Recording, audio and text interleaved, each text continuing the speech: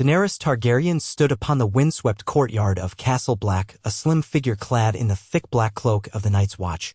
She was only 14, but her pale hair, paler than any of the snow swirling around her, proclaimed her true name to anyone who dared look past her vow-bound station. The wind scoured her cheeks, leaving them reddened, raw, and stinging. She could smell horses and stale ale and hear the clang of steel on steel from the training yard where the new recruits worked themselves into a sweat, then froze in the icy gusts that drifted down from the wall. She wished more than anything that she could warm herself by a hearth or hide away behind those black stone walls, but she had learned quickly there was no place for softness at the wall. Besides, she was no guest here. She was a sworn brother. The vow had come so unexpectedly in her life that the truth of it felt unsteady beneath her feet. She had been barely more than an infant when her brother Viserys fled with her from the clutches of those loyal to King Robert. But the loyalists had found them near Dragonstone. Viserys had been cut down and she herself captured. She remembered little of that day, only the clamor of swords and her brother screaming that she was the last hope of House Targaryen. But his words had faded into silence. When Robert Baratheon's forces took her, no one had believed she would live. The realm wanted her dead. She was the silver-haired child of the Mad King, the scion of a vanquished dynasty. Yet, by the queer mercies of Eddard Stark, the newly dubbed Lord of Winterfell, she was spared.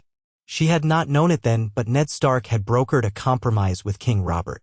Young Daenerys would be handed over to the Night's Watch, forced into a life of sworn service, never to bear children or hold lands, never to threaten the throne her forefathers had once claimed.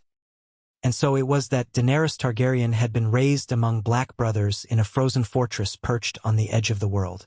She was the only female sworn brother of the Night's Watch, and the notion itself was enough to scandalize many in the Seven Kingdoms. But the Watch was desperate, dwindling, and in truth, they had no choice once the king had decreed her fate. Her presence at the wall was a perpetual reminder to Robert of House Targaryen's demise. A living trophy, or so many said. Each year that passed, she wrestled with a sense of both belonging and estrangement, a clash between the Targaryen blood in her veins and the black cloak draped over her shoulders. She inhaled, staring out at the high arches of the wall that loomed behind her, towering so high that its crown disappeared into low-hanging clouds. The ice of the wall was thousands of years old, ancient and alive with memory. When she touched it with an ungloved hand, she sometimes felt shudders deep within, as though it had secrets to share if only she had the wisdom to listen. Each day, she reminded herself, I am the blood of the dragon, but I wear the black. She took in one more sharp breath and walked across the courtyard, passing a group of men struggling with a wagon stuck in the mud. Nobody called her Your Grace or Princess. Nobody knelt or scurried aside when she passed. If they spared her a glance, it was one of suspicion or curiosity. She had grown from a small child into a promising young recruit, but had formed few close ties. There were some who accepted her better than others, but always overshadowing every conversation was the knowledge that she was a Targaryen, and none here had forgotten the fields burned to cinders by her ancestors' dragons. She paused at the open door to the armory where Donal Noy was hammering out a new sword blade. Sparks flew in the dimness. He glanced up and nodded once to her. A gesture of respect? Possibly. Daenerys nodded back, half a smile curving her lips, and continued on. Every day, she struggled with the same question, who am I really if I can never bear the name Targaryen openly, never wear the crown the realm once bowed to? She had learned to bury those questions, for there was no other choice. But life at the wall was about to change for her, and for everyone, though few recognized the signs. Strange reports had begun to arrive from rangers returning from beyond the wall. Whispers of dead men rising in the woods, of blue-eyed creatures stalking the haunted forests. Old legends that Maester Aemon, she always felt a peculiar kinship with him, for he was of her blood, though he seldom spoke of it, was quick to remind them had not been heard of for thousands of years. Yet Daenerys sensed something stirring, something that the cold winds carried from the frozen north. Her blood might be that of a dragon, but the chill she felt those nights went deeper than her flesh. At mid-morning, she was summoned to the common hall where the men of the Night's Watch gathered for meager meals. She approached the table where Lord Commander Jeor Mormont sat. Sometimes he still looked at her as though she were too delicate to wield the duties of a sworn brother, but at least he seldom doubted her heart. There was a time when she was younger that Mormont had objected vehemently to her presence, but after years of training and after he had witnessed her skill with a sword for one so small and slender, he'd relented. He was not a warm man, but he was just. You summoned me, Lord Commander? She asked. Her voice echoed among the stony confines of the hall.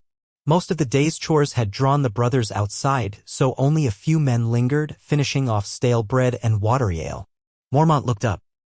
Behind him stood the ever-watchful steward, a rangy lad named Darion, and to the side Maester Aemon, ancient and stooped, but still keen of mind.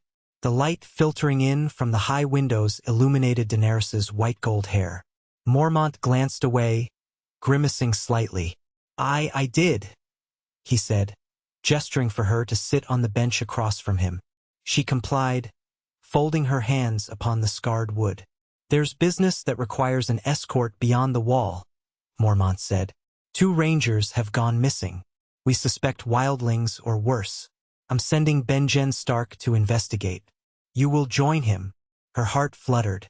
It was one thing to train in the courtyard, or scout short distances from Castle Black, but to ride deep into the haunted forest. That was the true test of a sworn brother. Once, they had never sent her beyond the wall for fear that she might vanish or betray them. That fear still lived in the hearts of some men here, but apparently no longer in Mormont's. I will do as you command, she said. It was not fear she felt, but a fierce kind of excitement. Her body tensed, ready to prove herself. Mormont grunted. Benjen has asked for 3 men, yourself, Dywyn, and a new recruit named Rast. Maester Aemon has insisted that you carry certain precautions. Cloaks layered with boiled leather, extra supplies, and so forth. It might be nothing. The wildlings might have simply set a trap. But I suspect it's something else. He turned his head slightly as if to meet Aemon's blind gaze. Aemon spoke softly, yet his voice carried. We should be wary, my lord. The old powers stir. I know not what these shadows portend, but wise men pay heed to portents. Daenerys studied the ancient maester. She often wondered what he thought when he heard her name, or when his trembling hands traced over her silver hair to check her for fevers as a child. He had once confided to her that he had been offered the throne after her grandfather's demise, but had refused it. He had chosen duty over blood. He too had taken the black. What choice was that for a Targaryen? A lifetime in darkness. Yet Aemon's calm dignity had been her model. If he could do it, so could she. Lord Commander Mormont rose slowly. You depart at dawn. Get your gear ready, Targaryen. Don't give the others a reason to doubt you. Show them you can stand as tall as any man in the watch. She inclined her head. Yes, Lord Commander. Outside, she busied herself preparing supplies, furs, blankets, dried meats, flint, a whetstone for her blade. Beneath the scuffed practice sword, she also possessed a more elegant blade, slender, with a handle bound in black leather. She rarely had chanced to wield it, but it had been a gift from one of her few allies, the blacksmith Donal Noy. He had given it to her quietly, saying only that a Targaryen's skill with steel must match her ancestors' skill with fire, or she'd not last a day in the north. After she'd packed what she could into a saddlebag, she made her way to the Rookery Tower, where Maester Aemon kept his ravens. She often came here, for Aemon allowed her to read from his old tomes, histories of Targaryen kings, volumes on the long night, fragments of knowledge gleaned from across the narrow sea. The library at Castle Black was small, but to Daenerys it felt like a gateway to the rest of the world. She found Aemon at a wooden desk, carefully tending to a raven's injured wing.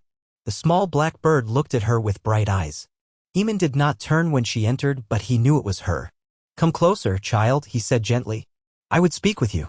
She approached, stepping carefully around the stacks of scrolls. Maester, she said, her voice soft. He set the bird down, brushing his fingertips across its feathers. Your journey takes you beyond the wall. When I was young and strong, I ventured there too, for reasons of my calling. Be sure you do not go lightly. Fear can be a teacher when harnessed, but do not let it consume you. She swallowed, uncertain. You think I should be afraid? I think you should be prepared. He paused, milky eyes turned toward her though he could not see her face. The northern darkness is a strange land filled with old ghosts. You carry your own share of ghosts. They will follow you. She pressed her lips together, unsure how to respond. He seemed to sense her silence and reached out as if to place a hand on her shoulder. His touch was tremulous, but somehow reassuring. You and I share the blood of the dragon, he murmured. But we chose our own paths. My choice was to serve. You have made that choice too, in a way, but you never had the chance to decide freely. Fate set you upon this path. The truth is, one day, the kingdom might remember who you are. Be wise about which ghosts you call to your side. Not every piece of your heritage is meant to be unleashed. She let out a breath she did not know she'd been holding. I understand, she said, though in truth she understood only that she was to be cautious. But cautious of what? The White Walkers that might lurk in the forest? The watchful eyes of the rangers who suspected her loyalties might lie with her dead dynasty? Or the beating of her own heart which sometimes yearned for more than this cold fortress of black stone? When she left Eamon, the day was fading. The men of Castle Black lit torches against the encroaching darkness. She walked alone through the yard, heading for her cell. Once there, she made a small meal of salted fish and hard bread. It was enough to quiet her hunger. She knelt by the narrow bed that served as her rest, closed her eyes, and tried to calm the swirl of thoughts that battered her mind. It took a long time to sleep that night. At dawn, with the sky barely tinged by light, she readied her horse, an older bay mare that responded well to a gentle hand. Benjen Stark was waiting by the gate with two other men, Dywyn and Rast, both seasoned rangers in their own right. Dywyn was broad and bearded, prone to jokes told in a low growl. Rast was younger, sullen, and seemed always to carry an air of disdain. Daenerys offered them both a nod, but Rast only spat in the snow as if to say what he thought of riding with a Targaryen. Benjen Stark lifted the hood of his thick cloak. He was first ranger and well-respected, but more than that, he was brother to Eddard Stark, the man who had saved Daenerys' life. Over the years, Benjen had been one of the few watchers who treated her with anything approaching kindness. He never called her princess, nor did he act as if her presence was a personal offense. He accepted her as part of the watch, no more and no less. She felt an unspoken gratitude toward him. "You're ready?" he asked, checking the lashings on a packhorse. She glanced at the sunrise, the wall behind her, the wide stretch of white wilderness before them. "Yes, I'm ready." He swung up into his saddle and they set out. The great gate in the wall creaked open, letting them pass beneath the thousands of years of piled ice. Darkness enclosed them for a moment as they rode through the tunnel, each echo magnified as iron-shod hooves clattered over the icy ground. Then they emerged into the wide and untamed land beyond the wall, where the trees stretched like looming giants, black spires crowned with frost. Daenerys took a moment to draw in the frigid air, bracing herself for what lay ahead. She had never been so far into the true north. Her breath misted and the horse's nostrils flared in the cold. Benjen led, Dywyn followed, with Daenerys next, and Rast brought up the rear. Snow crunched underfoot, muffling any other sound. The wind whispered secrets through the pines. They pushed north and west along a known ranger's route. Every so often, they passed old campfires or markers left by wildlings. Dywyn talked in low, muttering tones about the wildlings he had once encountered, describing how they survived the winter and how their leaders might be uniting under a new king beyond the wall, a man named Mance Rayder. Daenerys listened carefully, gleaning bits of knowledge about their culture. She was no stranger to stories of Mance Rayder. The man had once been a brother of the Watch before deserting. The Watch considered him the worst sort of traitor, but Daenerys had to wonder if his reasons had not been so different from hers, a yearning to be free from the constraints he'd been born into.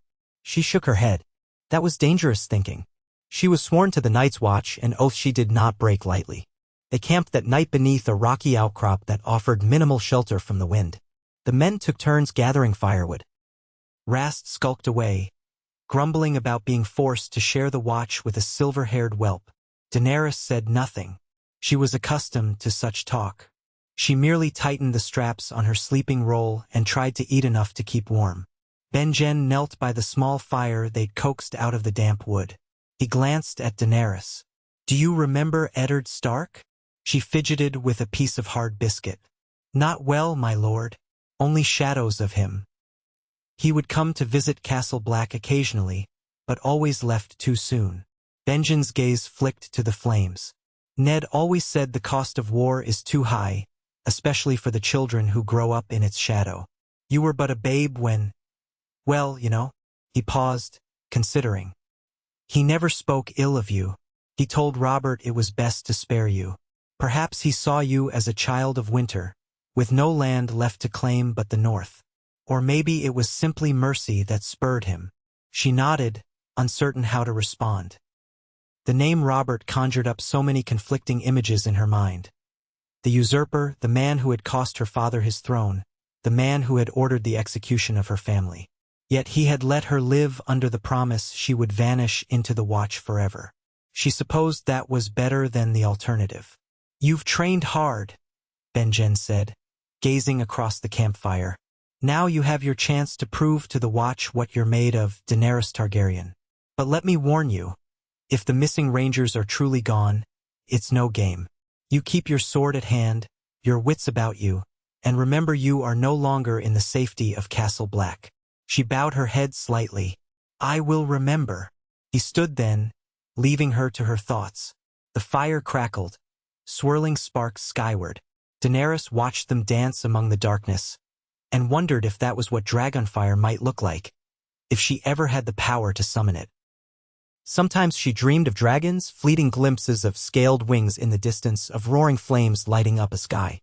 In those dreams, she was never cold, but reality pressed down like the snow-laden branches around her. She had to rest to gather her strength for the days ahead. They pushed deeper into the forest. The terrain was rough, tangled with thick underbrush that snagged at the horses' legs, forcing them to proceed slowly. Hard-packed snow gave way to drifts that threatened to swallow hooves. Daewon scouted ahead, occasionally scanning the ground for tracks. Once he found disturbed snow and pointed it out to Benjen. Hoof marks, though old. Possibly wildlings, he murmured. We'd best keep watch for an ambush. As they ventured further, the trees seemed to close in. The hush was eerie. Even the crows overhead took flight with a silent whoosh. Then, on the second day of travel, the wind carried a foul stench. A scent of decay. Ras was the first to sense it. Something rots nearby, he said, face twisting in disgust. They dismounted. Benjen signaled for caution. With hands on their sword hilts, they moved between the towering trunks. Daenerys's heart pounded, though she tried to keep her expression calm. She could feel her breath quickening. Then she saw it. A tattered cloak caught in the crook of a tree branch, and below it, the partially frozen remains of a man. His face was contorted in terror, his eyes clouded over with death. The body had been slashed open, though whether by sword or claws was not clear. Wolves? Wildlings? Or something else? Benjen knelt carefully, checking for any sign of who the man might have been. The black garb was unmistakable, a member of the Watch. Daewon swallowed hard, looking away. Daenerys steeled herself, forcing her gaze to remain on the corpse. If she wanted to be a ranger, she would have to become used to this. But fear coiled in her belly like a serpent. Leo, Benjen said quietly, recognizing the face. He was one of the two who went missing. Where's the other? His voice was grim. We should bury him or burn him. Better not leave him as carrion. Gather some wood. They set to work. The ground was too hard for a grave, so they gathered a pyre. Daenerys helped, though her fingers grew numb and her breath came in puffs of mist. Daewon and Rast kept looking over their shoulders at every snap of a branch. Benjen, too, looked unsettled, and that did not calm her nerves. She saw something in the surrounding forest, as if shadows flickered at the corners of her vision. When she turned, she saw only snow-laden boughs. The pyre was lit. The flames struggled at first in the wet, cold environment, but eventually the body caught. Daenerys watched the smoke billow into the pale sky, carrying that sickly sweet odor of burnt flesh. Her eyes watered. We go on, Benjen said once the pyre was reduced to embers. Keep searching for Waymar. That was the second missing ranger. They rode onward, the silence pressing on them. Night fell, and they made camp in a hollow flanked by large rocks. The wind whistled through the pines. Daenerys caught something in that whistle, a note so mournful it made her shiver. She sat up late, hugging her cloak around her. Daewon took the first watch, but she volunteered to keep him company. The two of them listened to the night. Sometimes Daenerys thought she heard footsteps crunching in the snow far off, but when she peered into the darkness, she saw only black shapes that might have been tree trunks. It was after midnight when Daewon elbowed her. "Do you see that?" he hissed under his breath. He pointed to a faint, flickering glimmer among the distant trunks. She squinted, heart-thudding. For an instant, she thought it must be some trick of moonlight on ice, but the light moved sideways. Then it vanished. Daewon cursed softly. Could be wildlings or the others. The others. The White Walkers. She had heard the stories like everyone else, but the rational part of her mind insisted they were only legend. Men had used them to frighten children for thousands of years. Yet the fear that tightened in her gut told her otherwise. They woke Benjen, who told them to hold their positions. If wildlings were nearby, they might attack a smaller group, or they might be fleeing something else. Nonetheless, the night passed without incident, no more flickers of distant light. Yet sleep was slow to come. At dawn, they found footprints in the snow, human footprints leading away from their camp. Large prints, likely a man's. Daewon bent to examine them. "These tracks are fresh," he said. He was close enough to watch us while we slept. Daenerys felt exposed, as if invisible eyes might still be upon her. She gripped the reins of her horse tighter as they set off in pursuit, or at least to see where the tracks led. They twisted through thickets, over half-frozen streams, deeper and deeper into the forest. By midday, a light snow began to fall, threatening to obscure the trail. They pressed on. It was in a small clearing that they found him. A wildling, or so it seemed at first glance. The man wore rough furs and was kneeling over something. As they approached, he looked up in alarm and rose, brandishing a spear. Daewin half drew his sword, but Benjen raised a hand to stop him. "Hold! We talk first," Benjen called out. "We are the Night's Watch. Lower your weapon, and we can speak." The man shook his head vigorously. His eyes were wide with fear. You keep away," he shouted, his voice echoing. "I've seen the dead walking." Benjen traded looks with the others. Daenerys felt her pulse quicken. The man 50 or so, with streaks of gray in his beard, backed away from them, dragging something behind him. A tanned hide? No, she realized with horror it was a body. A man's corpse covered in hide. Rast spat. "Another one of your wildling friends. Like we needed more of this nonsense." But Daenerys was staring at the corpse's clothing, black. Another member of the Watch. This was likely Waymar. The wildling looked from one to the other with a kind of desperation. "He was dead. I found him in the forest," he said. But then he rose again, eyes like ice. I had to hack him." His voice cracked, eyes haunted. Benjen advanced slowly, one hand open in a placating gesture. "Calm yourself. Let us see." The man allowed it, though still trembling. He had cleaved the body, removing the head. Daenerys swallowed, a nauseous taste in her mouth. A hush fell over the clearing. The ranger's skin was deathly pale, limbs stiff with cold. The face looked twisted, marked with terror. The eyes, half-lidded, were a dull white, though around the edges a faint blue discoloration might have been the aftereffects of frost. Or something else. "It's as the old stories say," the wildling rasped. "The dead come walking." Benjen said nothing for a long moment, then he motioned Daewin and Rast to burn the body. Daenerys helped gather wood. The wildling did not resist, indeed, he insisted it be burned. Soon, the corpse was engulfed in flame, thick smoke rolling upward. None of them ate that evening, their stomachs were roiled by what they had seen. When darkness fell again, they allowed the wildling to stay near their camp. He was far less menacing than the stories suggested, more a broken man who had seen horrors. He spoke in a hushed tone. "I was part of a band heading south, but we got scattered. Some said Mance Rayder was gathering an army, but I never saw it. All I saw was the cold, the dark, and men who rose from their graves." He shuddered. "Your black brother was one of them. I found him, tried to help, but he came at me. I did what I had to." Daenerys felt a chill deeper than any winter wind. White Walkers. The others. Perhaps it was real. As the wildling spoke, her mind returned to Maester Aemon's words. "Wise men pay heed to portents." She wondered if this was the doom that had been stirring in the far north while she worried about petty prejudices among the Watch. If the legends were returning, all the old wars and claims to thrones might be overshadowed by a far greater enemy. Benjen decided they had enough evidence. 2 rangers lost, presumably to unnatural forces. They would return to Castle Black and report. "The Watch must prepare," he declared gravely. "This is bigger than a few missing men." No one disagreed. The return journey was tense and silent. Every snap of a branch, every sudden swirl of wind made Daenerys' heart skip. By the time they finally glimpsed the towering wall again, relief coursed through her. They had been gone only 4 days, but it felt like weeks. The night they arrived back, she delivered her report with the others to Lord Commander Mormont. The big, grizzled man said little, only listened. When the story was done, he glanced at Maester Aemon, who stood in the corner of his chamber. The maester's wrinkled hands clutched his staff, and he nodded slowly. "There have been more reports from other rangers," Mormont said quietly. "A pattern emerges.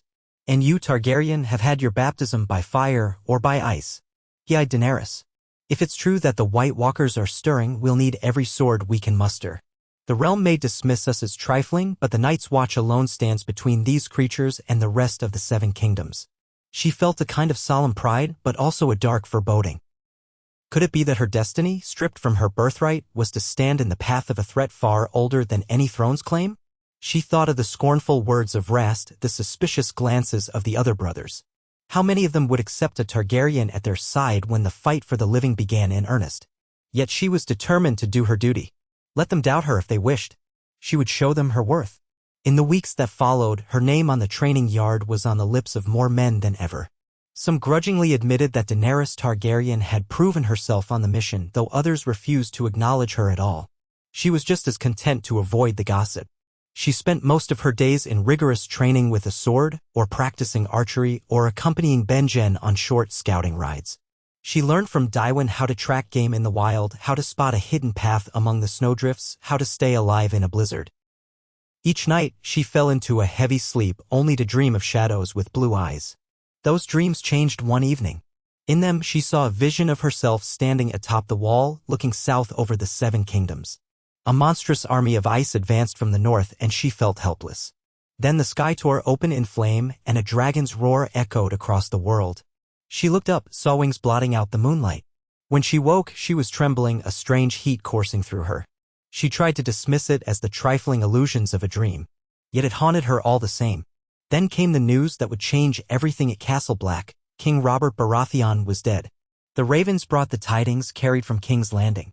The realm was in disarray. Some declared Joffrey Baratheon the new king, others whispered that the throne might pass to Lord Stannis or Lord Renly. The lines were blurred.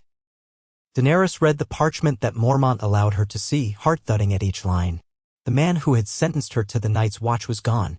Whispers rippled through the Watch, civil war in the south, lords rising to challenge the Lannisters, the north rallying under Eddard Stark, who had apparently been taken prisoner.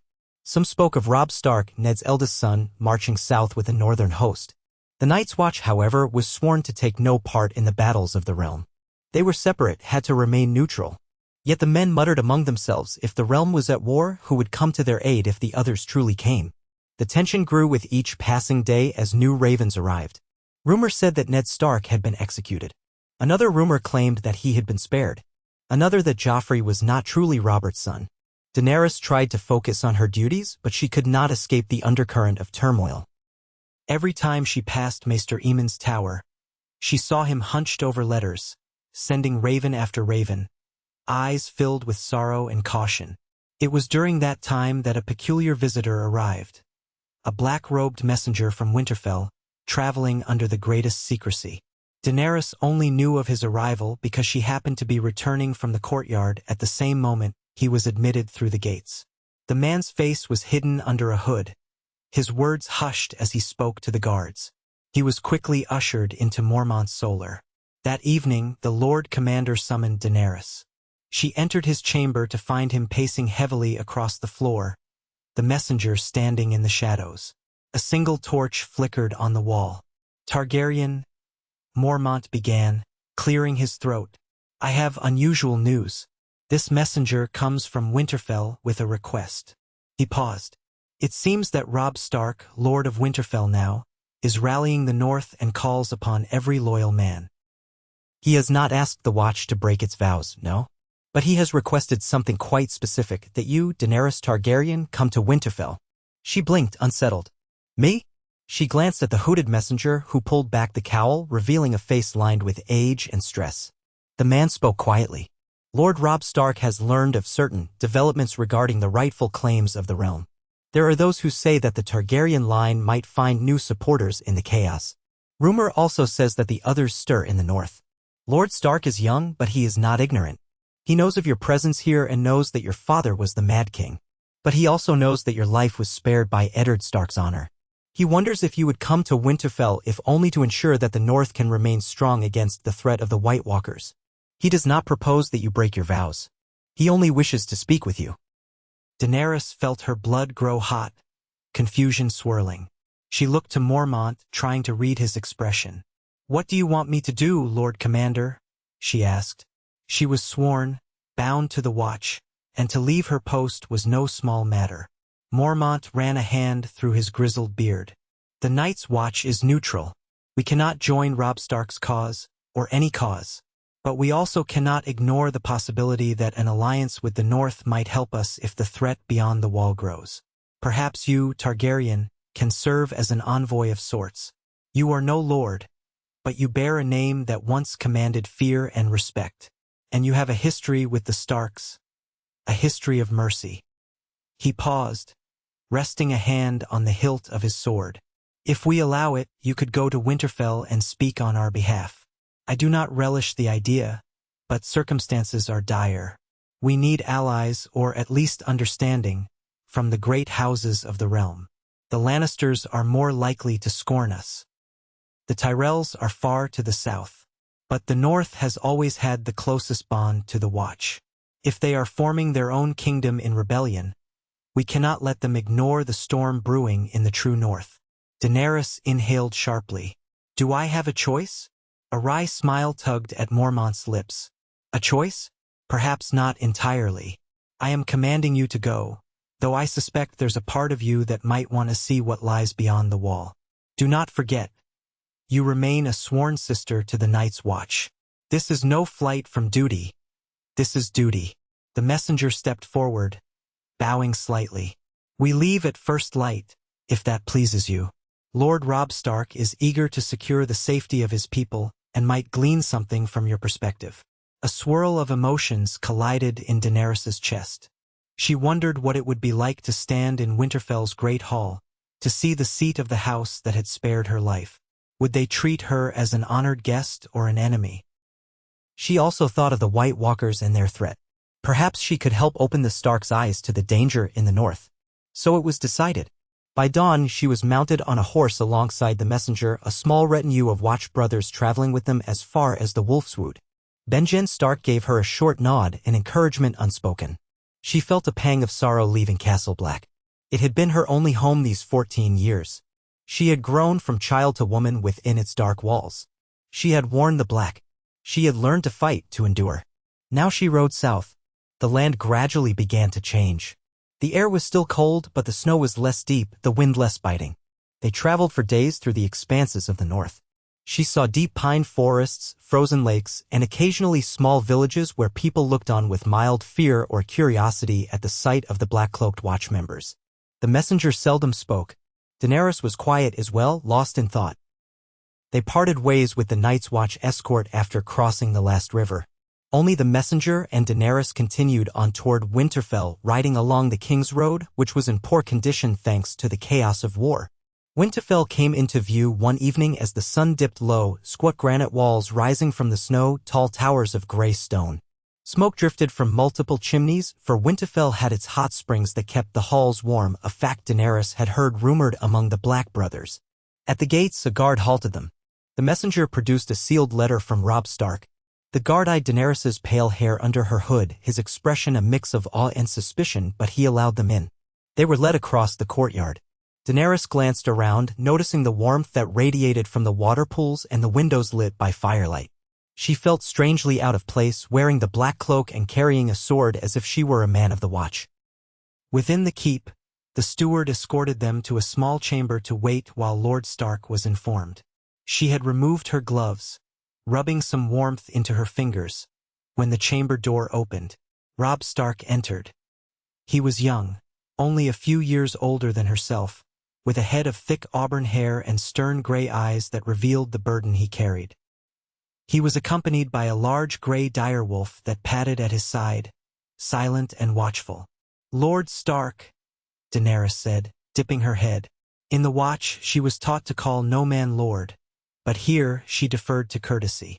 Robb studied her with a measured gaze. "Daenerys Targaryen, in the cloak of the Night's Watch." He sounded more curious than hostile. "I remember my father speaking of you long ago. You've grown." She nodded. "You've grown as well, my lord." A faint ghost of a smile flickered across his lips, but it quickly faded. He gestured for her to sit. She obeyed. The direwolf sniffed at her feet, and she willed herself not to tense. She was used to the stray hounds at Castle Black, but this beast was different, wild and powerful. Robb leaned forward. "These are strange times, my lady. Or do I call you brother? You wear the black." She managed a small, wry smile. "I am sworn to the Watch, so brother, sister, it matters not. The vow is the same. But, my lady, is no longer appropriate." He tilted his head, conceding the point. Then he let out a soft sigh. My father saved your life after the rebellion. I never understood why as a boy. I only knew that the Targaryens were considered enemies. But father always insisted that children should not pay for the sins of their fathers. He told Robert you would be safer at the wall, far from politics. Yet ironically, politics has come to the wall now. And to all of us. She lowered her gaze. The realm is in turmoil. The Watch is concerned. There are sightings of White Walkers. Rangers have died and risen again. I've seen it myself. Rob's eyes flickered with alarm. He glanced at the dire wolf, then back at her. I believe you, he said quietly.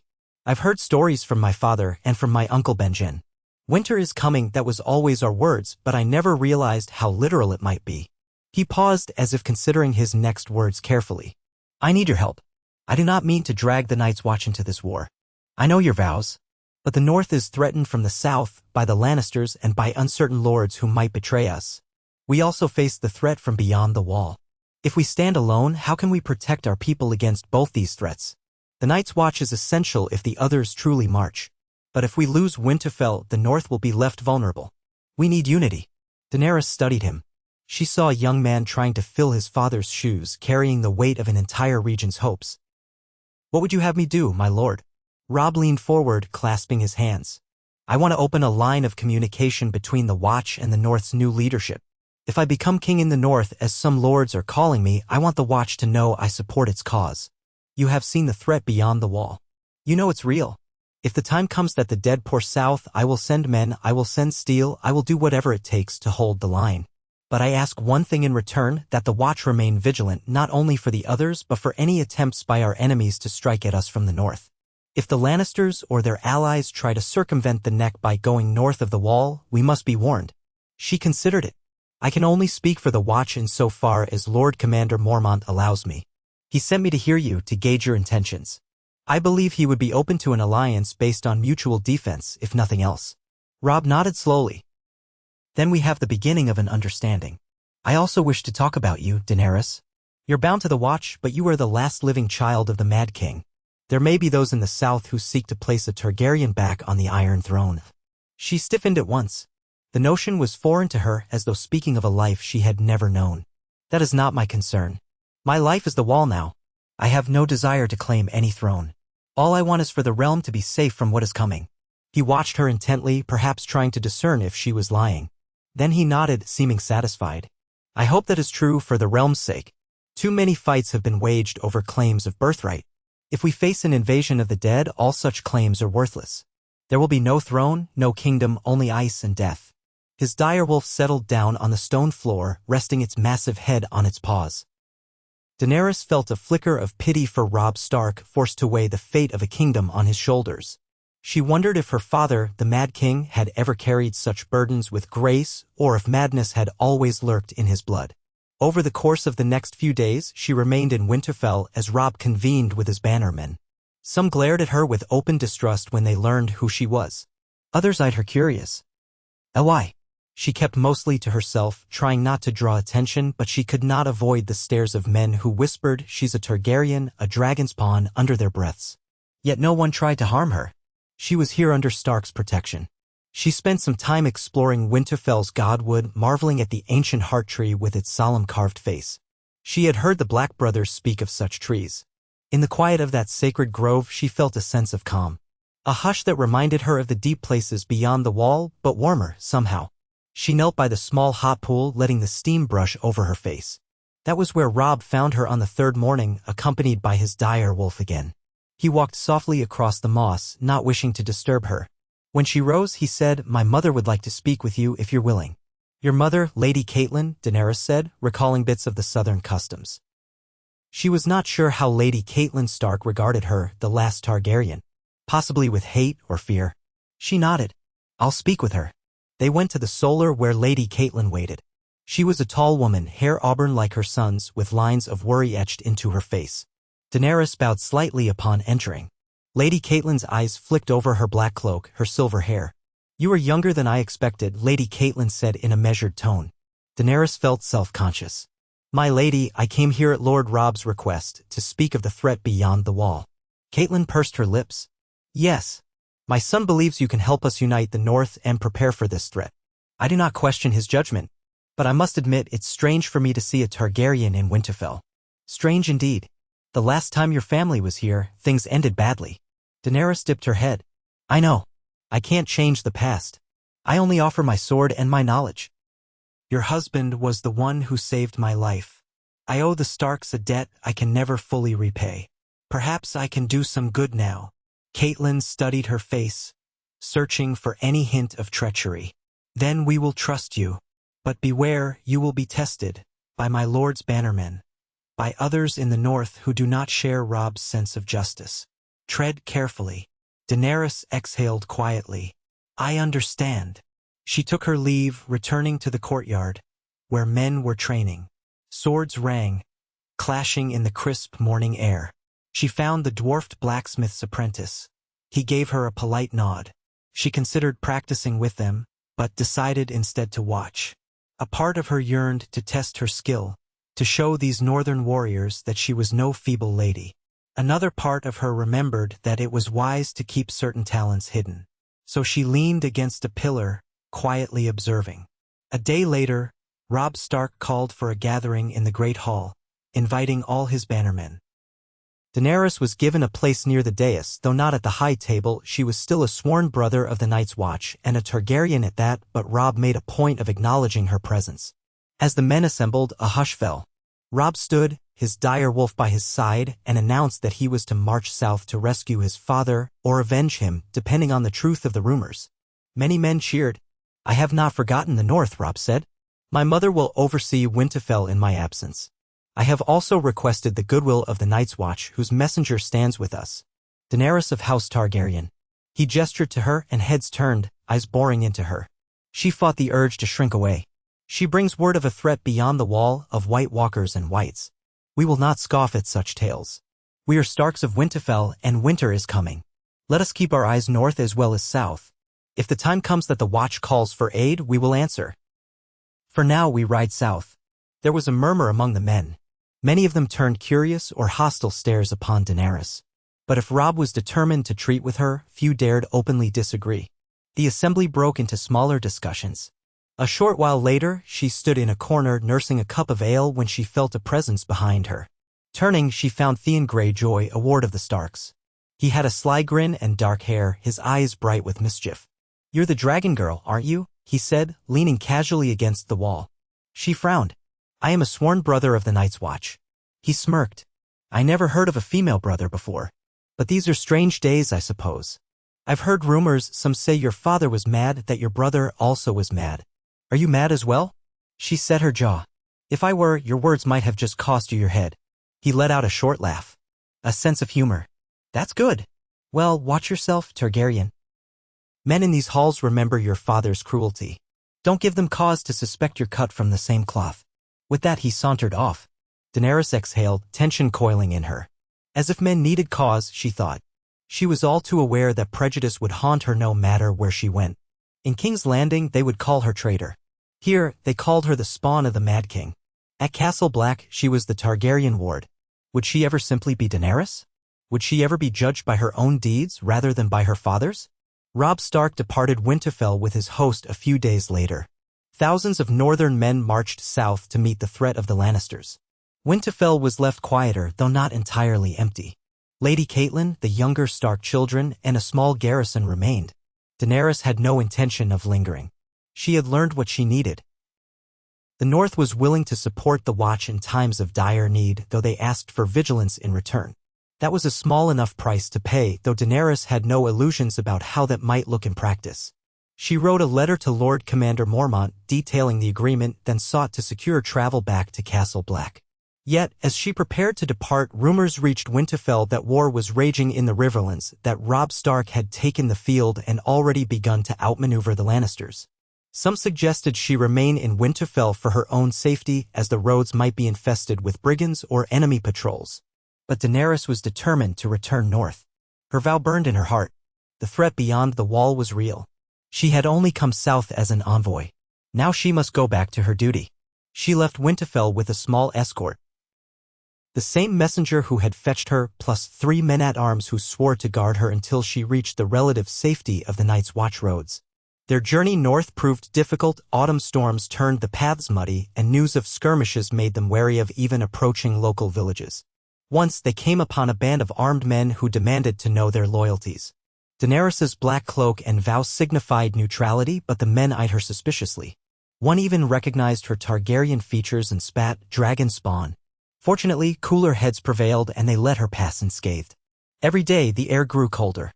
By the time the wall's mighty presence loomed into sight again, Daenerys felt equal parts relief and an odd sense of returning home. Yes, Castle Black was cold, harsh, and loveless in many respects, but it was the only consistent home she had known. The guards greeted her with mild surprise, though word of her departure had preceded her. She dismounted in the courtyard, her legs stiff, exhaustion dragging at every limb.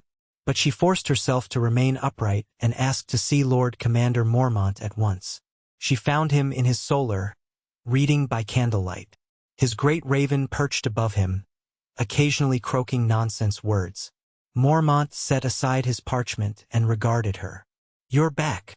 She inclined her head. "I am, my lord. I bring news from Winterfell, though you may have learned some of it already by Raven. The North stands with us if the threat beyond the wall grows. They cannot spare men now. They march south to confront the Lannisters. But Robb Stark promised that if the dead walk, he will answer." Mormont grunted. "We'll see if that promise holds when the time comes. Even so, we have other matters. There's been increased wildling activity. Benjen has led another ranging that has yet to return. We fear the worst." A flicker of concern crossed his face.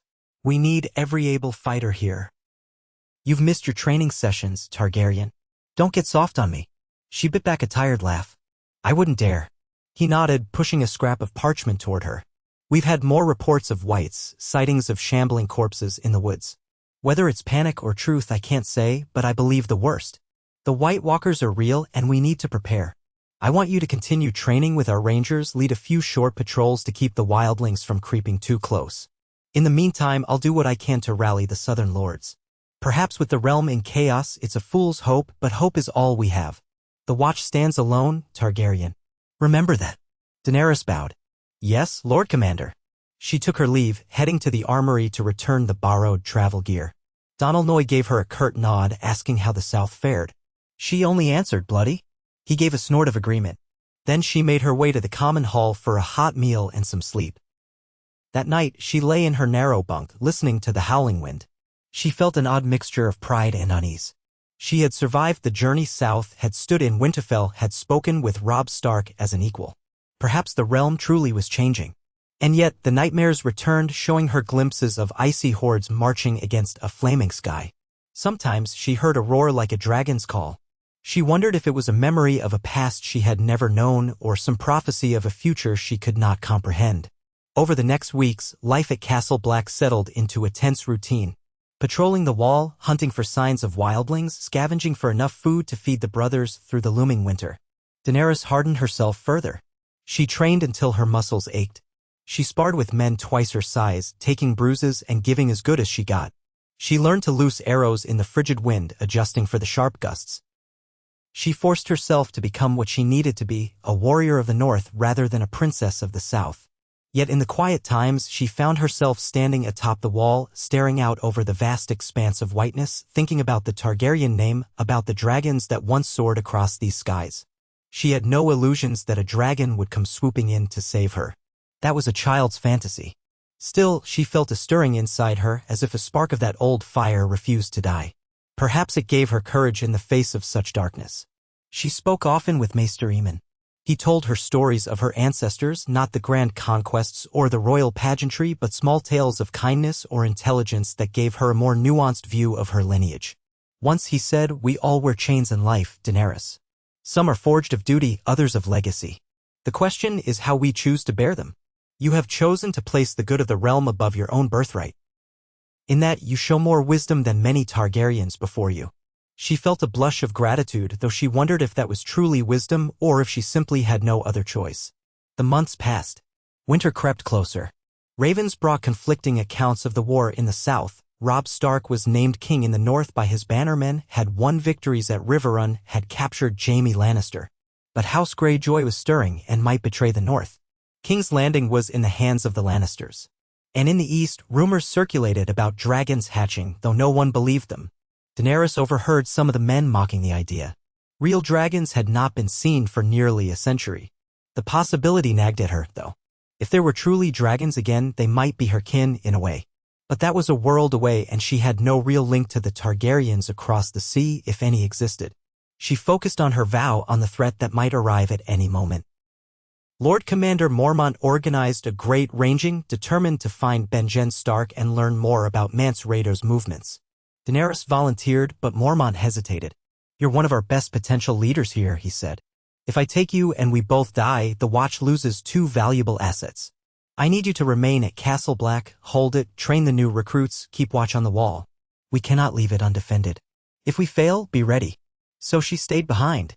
She felt restless, wanting to take her place at the vanguard, but she obeyed.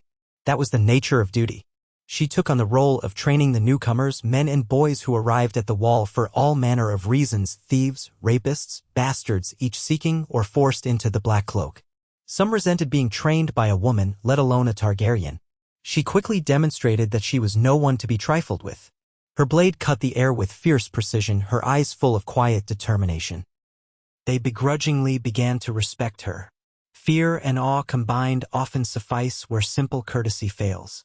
Days turned to weeks, weeks to months. No word came from Mormont's expedition. Tension grew in Castle Black. Winter was settling in earnest, with the sun rising late and setting early. Supplies grew tighter. Daenerys found herself recalling that first mission beyond the wall, when she had seen the pale corpse and felt the creeping dread that something was out there, gathering strength. She felt it now more than ever, like the hush before a storm. One cold twilight, as she was patrolling the top of the wall, a horn blast shattered the stillness. One blast, then another. Wildlings? No, that would be one blast. 2 blasts was for enemies. Her blood ran cold. She whirled, heart pounding. The horn sounded again. 2 blasts. The men on the wall scrambled, confusion spreading through them. Then came a 3rd blast. 3. That was the call for the others. Daenerys's heart lurched. All her nightmares, all her training, all the warnings, this was it. She grabbed the nearest man. "Alert the entire garrison," she shouted. "We man the defenses. Hurry!" The horn blew again, 3 long, wailing blasts echoing over the frozen ramparts. She peered north, but the light was fading, snow swirling. She couldn't see anything except a shifting darkness. Yet the men beside her recognized the ancient call that no living Night's Watch brother had ever truly heard in battle. They moved with fearful urgency. In the yard below, men rushed to arm themselves with dragoglass daggers, to string bows, to prepare the defenses. Daenerys hurried down the wooden steps to help organize them.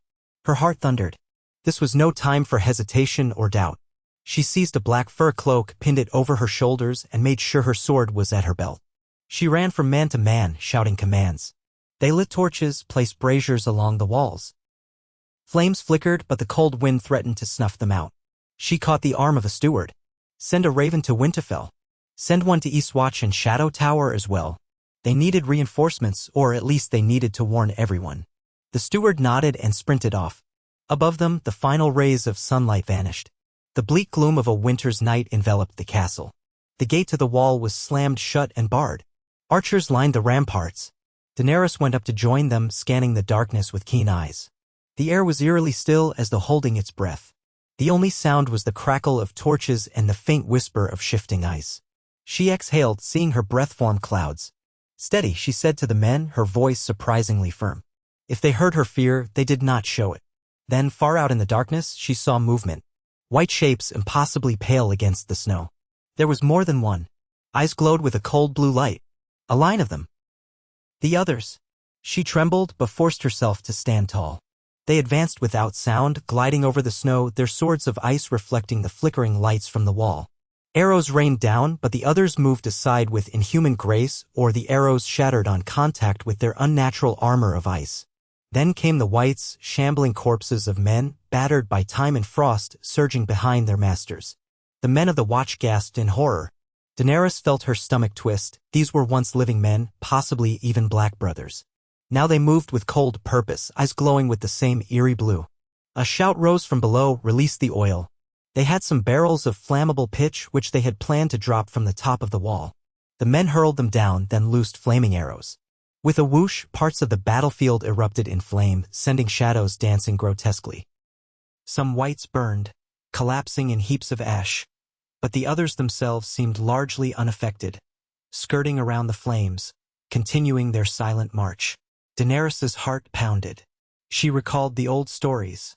The others could only be harmed by dragonglass or Valyrian steel. She had a dragonglass dagger at her belt, given to her as part of the Watch's standard gear. With trembling hands, she drew it. Felt so small, so fragile. Yet it might be their only hope. Clamoring rose from the courtyard as a band of whites reached the gate, clawing at the wood. The brothers rushed down to defend, hacking at the hands that tried to pry the gate open. Daenerys descended the stairs 2 at a time, sword in one hand, dagger in the other. She reached the gate, found 3 whites forcing their way in. The men around her hesitated. Steel swords only slowed them. She rushed forward, dodging a bony hand. With a swift motion, she drove the dragonglass dagger into the white's chest. It shrieked an unearthly cry and crumpled, the unnatural blue glow vanishing from its eyes. The other whites lunged. Daenerys's training kicked in. She pivoted, slicing with her sword, though it had little effect. But she managed to bury the dagger in another white's neck. It fell with a hiss of steam rising from the wound. The courtyard was chaos. Men shouted, steel rang on ice, torches flared. The others, or at least some of them, had not approached the gate but circled around, letting the whites do the brunt of the assault. Daenerys glimpsed one tall figure, pale as moonlight, eyes glowing in incandescent blue, holding a sword that glimmered with frozen starlight. A black brother charged it, swinging a Valyrian steel blade, one of the ancient swords kept at Castle Black. The other parried, but the Valyrian steel did not shatter as common steel might have. Instead, sparks flew, and for a moment the other drew back, as if wounded. That gave Daenerys hope. At least they could be hurt. Yet the whites kept coming. The men were outnumbered even with fire and dragonglass. More whites clambered over the corpses of those that had been felled, relentless as a tide. Daenerys found herself side by side with a man named Gren, a sturdy recruit. They fought as a pair, trying to keep the writhing undead at bay. Each time she landed a blow with her glass dagger, a white collapsed. But the dagger chipped and cracked with repeated use. Soon it was half its original length. Hours seemed to pass in a blur of horror. The courtyard was strewn with bodies, some dead men of the Watch, some re-dead whites. A handful of others glided among the chaos, lethal and silent. Slowly, the men of Castle Black forced the whites back from the gate with walls of fire. The shrieks and wails of burning corpses filled the air, and the stench was unbearable. Daenerys's arms ached, her lungs burned. She carried on out of sheer will. At the peak of the battle, she found herself face to face with another. It happened so quickly, she turned a corner around a pile of burning whites, and there it was, tall and slender, crystalline armor reflecting the firelight. Its eyes were as blue and cold as any winter storm. Daenerys froze, terror rooting her in place. The other raised its sword of ice. She forced herself to move.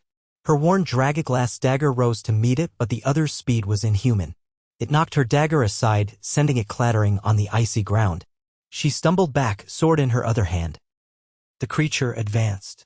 In that instant, the memory of her dream blazed in her mind. The roar of a dragon, the heat of flame. She had none of that here, only her determination. With a shout, she flung herself forward, steel sword slashing. The other parried easily, and the blade nearly froze to the touch of that icy weapon. A wave of cold radiated from it, numbing her fingers. She grit her teeth, struggling. The other stared at her with ancient, alien malice.